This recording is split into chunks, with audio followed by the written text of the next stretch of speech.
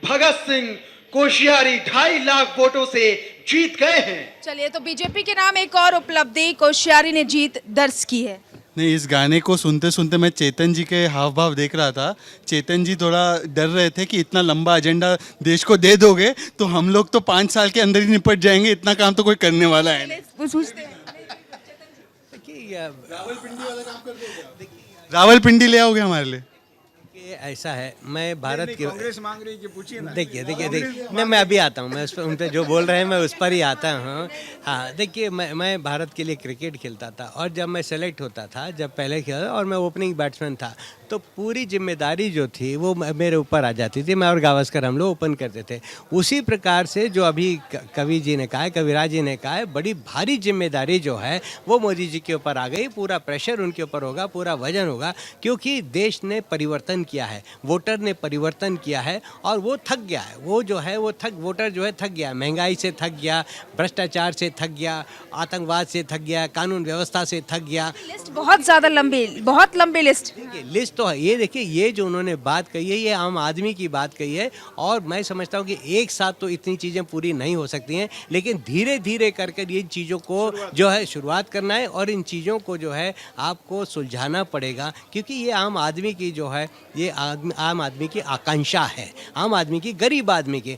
एक और बात जो यहाँ निकल कर आ रही, जो इतना भारी जो परिवर्तन हो रहा है, क्योंकि मैं चुनाव के पहले घूम रहा था और मैं पिछले 2-3 साल से गांव-गांव घूम रहा था, उसमें एक बात निकल कर आ रही, जब ये बात निकल कर आई कि मोदी जी जो हैं वो चाय बेचते थे, तो कुछ लोगों ने जो अहंकार की बात आई, पूनावाली जी की सुनाने के लिए कह रहा हूँ, ये कुछ मंत्री जो थे उन्होंने बहुत भारी, बहुत गलत टिप्पणी करी है। अरे ये चाय बेचने वाला, ये सर ये देश कैसे चला सकता है? चाय बेचना अलग चीज़ हो गई है और देश चलाना अलग बात हो गई है। मतलब ये एक बड़ी गलत सी टिप्पणी हुई थी। तो मैं जब ये बात कहता था, गांव के अंदर ये बात कहता था, तो गांव के लोग जो ध्यान से सुनते, बड़े भावुक हो जाए। और मैं ये कहता था कि ये गरीब आदमी है, ये गरीब आदमी है, ये गरीब आदमी की जो है समस्या जानता है, ये गरीब आदमी की मजबूरी जानता है और इसीलिए गरीब आदमी ने जो मिल मिलाकर, गरीब आदमी, अमीर आदमी ने, सब ने मिल मिलाकर जो है ये भारी जो है परिवर्तन किया है, भारतीय जनता पार्टी को जीत दिलाई है। चलिए, अनिला जी के पास आना चाहूँगी, शहजादी आपके पास भी आना चाहूँगी। अनिला जी, अनिला सिंह है बीजेपी की तरफ से। अनिला जी, आपने भी बहुत लंबी लिस्ट देखी है, क्या कहना चाहेंगी? नहीं, सब कविता की नहीं, सबसे पहले तो मैं इनका जवाब देना चाहूँगी। इन्होंने अभी भी चेतन जी से कहा था कि क्या रावलपिंडी लेकर आ जाएंगे, तो उसमें मैं ये बताना चाहूँगी कि जब आपने देखा होगा, जब कोई किसी के प्रेम में होता है तो ये कहता है कि मैं चांद सितारे तोड़ के ले आऊँगा। तो इसका मतलब ये नहीं है कि वो जाके वो चांद सितारे तोड़ कर लेकर आएगा। उसका केवल और केवल आश्रय ये होता है कि भाई मैं तुम्हारे लिए प्रेम में, जो तुम मेरे प्रति इतना प्रेम रखते हो, तो सारी मुश्किलों को झेलते हुए जो तुम्हारे लिए सबसे अच्छा और उत्तम होगा वो मैं उसके लिए पूरा दिल से, जान से पूरा प्रयास करूँगा। तो मोदी जी जो हैं इस देश जी तो मोदी जी जो हैं, जो पूरे देश में जो भरमार हो रखी है परेशानियों की, वो पूरे दिल से, पूरी मेहनत से प्रयास करके उसे कम करके समाप्त करने का प्रयास करेंगे और उसमें वो हम सब की जिम्मेवारी आ जाती है कि हम उनको जो जनहित में और देश प्रेम में काम करना चाहते हैं उसमें उनका हम साथ हैं। डॉक्टर कुमार, वरिष्ठ पत्रकार है, आप क्या कहना चाहेंगे? आपने भी कविता सुनी, पूरी लिस्ट गिना दी सतीजा जी ने, और भी बहुत सारी चीज़ें देखने को मिली और प्रतिक्रियाएं भी आ रही, क्या कहेंगे आप? देखिए, ये जो इलेक्शन का रिजल्ट है ये अपने आप में एक ऐतिहासिक रिजल्ट है। ऐतिहासिक इस सेंस में नहीं है कि बीजेपी जीत गई या मोदी जी प्राइम मिनिस्टर बन जाएंगे। 1952 में जब पहला इलेक्शन हुआ था, 1952 से लेकर के आज तक ये पहली बार है कि कोई एक पार्टी अपने बलबूते पे कांग्रेस को हराया है। जनता पार्टी की भी जो बनी थी उसमें कई एक पार्टी का मिश्रण था। बीजेपी इलेक्शन अपडेट सुनते हैं डॉक्टर कुमार। इस समय का ताजा इलेक्शन उद्घोष, महाराष्ट्र की लातूर सीट से बीजेपी के सुनील गायकवाड़ 1,55,000 वोटों से जीत गए हैं।